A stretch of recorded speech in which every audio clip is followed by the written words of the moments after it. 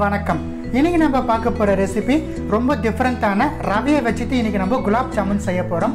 இந்த ரவை குலாப் ஜாமுன் செய்ய தேவையான பொருட்கள் நான் இன்றைக்கி 200 கிராம் போல் ரவை எடுத்திருக்கேன். அதுக்கு பார்த்தீங்கன்னா 1 கப் போல் நெய் எடுத்து வச்சுருக்கேன். நம்ம நெய்யில் ஃப்ரை பண்ணால் நல்லாயிருக்கும். பால் 1 கப் பால் எடுத்து வச்சுருக்கேன். குங்குமப்பூ ஆப்ஷனல், வேணும்னா நம்ம யூஸ் பண்ணிக்கலாம். லெமன் கொஞ்சமாக எடுத்திருக்கேன். நம்ம ஜீராவில் ஆட் பண்ணுறதுக்கு, சுகர் சிரப்பில் ஆட் பண்ணுறதுக்கு. பாதாம் நட்ஸ் எடுத்திருக்கேன். உங்களுக்கு நட்ஸ் வேணும்னா நீங்கள் ஆட் பண்ணிக்கலாம், இல்லைனா அதுவும் ஆப்ஷனில் எடுத்துக்கலாம். பால் பவுடர், மில்க் பவுடர் நான் 1.5 டேபிள் ஸ்பூன் எடுத்திருக்கேன். சர்க்கரை 300 கிராம் போல் சர்க்கரை எடுத்திருக்கேன். தண்ணீர் தேவைக்கேற்ப. வாங்க நம்ம இப்போ ப்ராசஸ் பார்க்கலாம். ஸோ ஒரு அகலமான பேன் எடுத்திருக்கேன். ஃபஸ்ட்டு நம்ம சிரப் ரெடி பண்ணிடலாம். நம்ம எடுத்த சர்க்கரையை ஆட் பண்ணிடலாம். நம்ம எடுத்த சர்க்கரையை ஆட் பண்ணிட்டோம். சர்க்கரை முழுகிற மட்டும் தண்ணி சேர்த்துக்கலாம். இப்போ நம்ம அடுப்பை பற்ற வச்சிடலாம். சிரப் நம்மளுக்கு சுகர் டிசால்வ் ஆகி நல்லா ரெடி ஆகிட்டு வரட்டும், ஸ்டிக்கி கன்சிஸ்டன்சிக்கு வரட்டும்.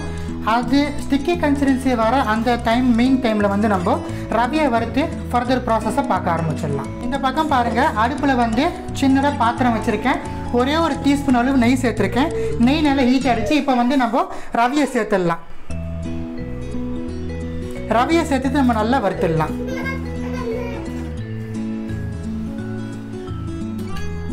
ரவை நம்மளுக்கு நல்லா வறுபடணும் நெய்யில். ஸோ நல்லா வறுத்துக்கலாம். ரவை நல்லா வறுபட்டுடுச்சு. நம்ம எடுத்த சர்க்கரையில் நான் 2 டீஸ்பூன் போல் சர்க்கரை எடுத்து வச்சுருக்கேன். அதை இந்த ரவை கூட சேர்த்துடலாம். ரவை கூட சேர்த்துட்டு நல்லா வறுத்துடலாம்.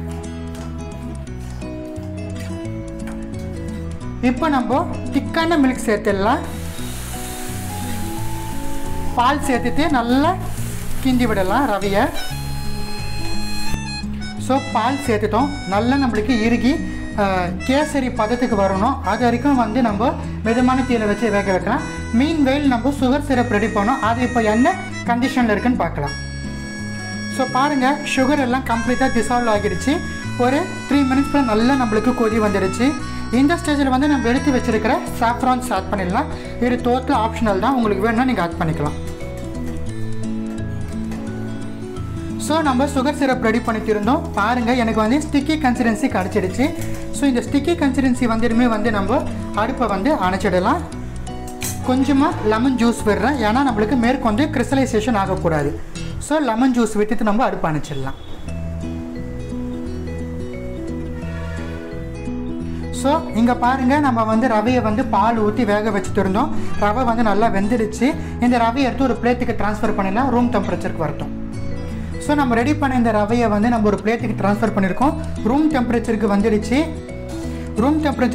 இப்போ நம்ம எடுத்து வச்சுருக்கிற பால் பவுடரை கொஞ்சம் கொஞ்சமாக சேர்த்துட்டு நல்லா மாவு மாதிரி நம்ம பிணைஞ்சு எடுத்துக்கலாம், சப்பாத்திக்கு மாவு பண்ணிடுறது போல். ஸோ பாருங்கள், ஒரு கம்ப்ளீட் டோ ஃபார்முக்கு நான் கொண்டுட்டு வந்துட்டேன். இதுலேருந்து நம்ம சின்ன சின்ன பால்ஸாக எடுத்துகிட்டு நம்ம ஜாமுன் ரெடி பண்ணலாம். சின்ன சின்ன பால்ஸாக நம்ம உருட்டி எடுத்துடலாம். ஸோ பாருங்கள், கம்ப்ளீட்டாக உருட்டிட்டேன். எந்த ஒரு கிராக்ஸுமே இருக்கக்கூடாது. சின்ன சின்ன பால்ஸாக நம்ம இதே போல் ரிமைனிங் டோவையை நம்ம உருட்டி எடுத்துடலாம். ஸோ நம்ம ரெடி பண்ண டோவை மொத்தமாக சின்ன சின்ன பால்ஸாக நம்ம உருட்டிட்டோம். இப்போ இது எல்லாத்தையும் நம்ம நெய்யில் போட்டு நல்லா ஃப்ரை பண்ணி எடுத்துடலாம். ஒரு பாத்திரத்தில் நெய் ஊற்றி வச்சுருக்கேன். நெய் நல்லா ஹீட் ஆகிடுச்சு. இப்போ நம்ம ரெடி பண்ணி வச்சுருக்க இந்த ரவா பால்ஸை 1 by 1 ஆட் பண்ணிடலாம். மிதமான தீயில தான் வச்சுருக்கேன் நான். மிதமான தீயில நம்மளுக்கு நல்ல ஒரு ப்ரௌன் கலருக்கு வரட்டும். அது வரைக்கும் நம்ம ரவா பால்ஸை நல்லா ப்ரௌனாக வறுத்து எடுக்கலாம். ஸோ பாருங்கள், நம்மளுடைய ஃபஸ்ட் பேட்ச் நல்லா கிறிஸ்பியாக வெந்துடுச்சு. நல்லா ப்ரௌன் கலருக்கு வந்துடுச்சு. இந்த ஸ்டேஜில் நம்ம எடுத்து சுகர் சிரப்பில் போட்டு சோக் பண்ணலாம். பாருங்கள், ரொம்ப கலக்கலான ரவா ஜாமுன் உங்களுக்காக செஞ்சு காமிச்சிருக்கேன். இந்த டிஃப்ரெண்ட்டான ரெசிபி உங்கள் வீட்டில் ட்ரை பண்ணி பார்த்து எப்படி இருந்துச்சுன்னு எனக்கு மறக்காமல் கமெண்ட் செக்ஷனில் தெரிவிச்சிடுங்க.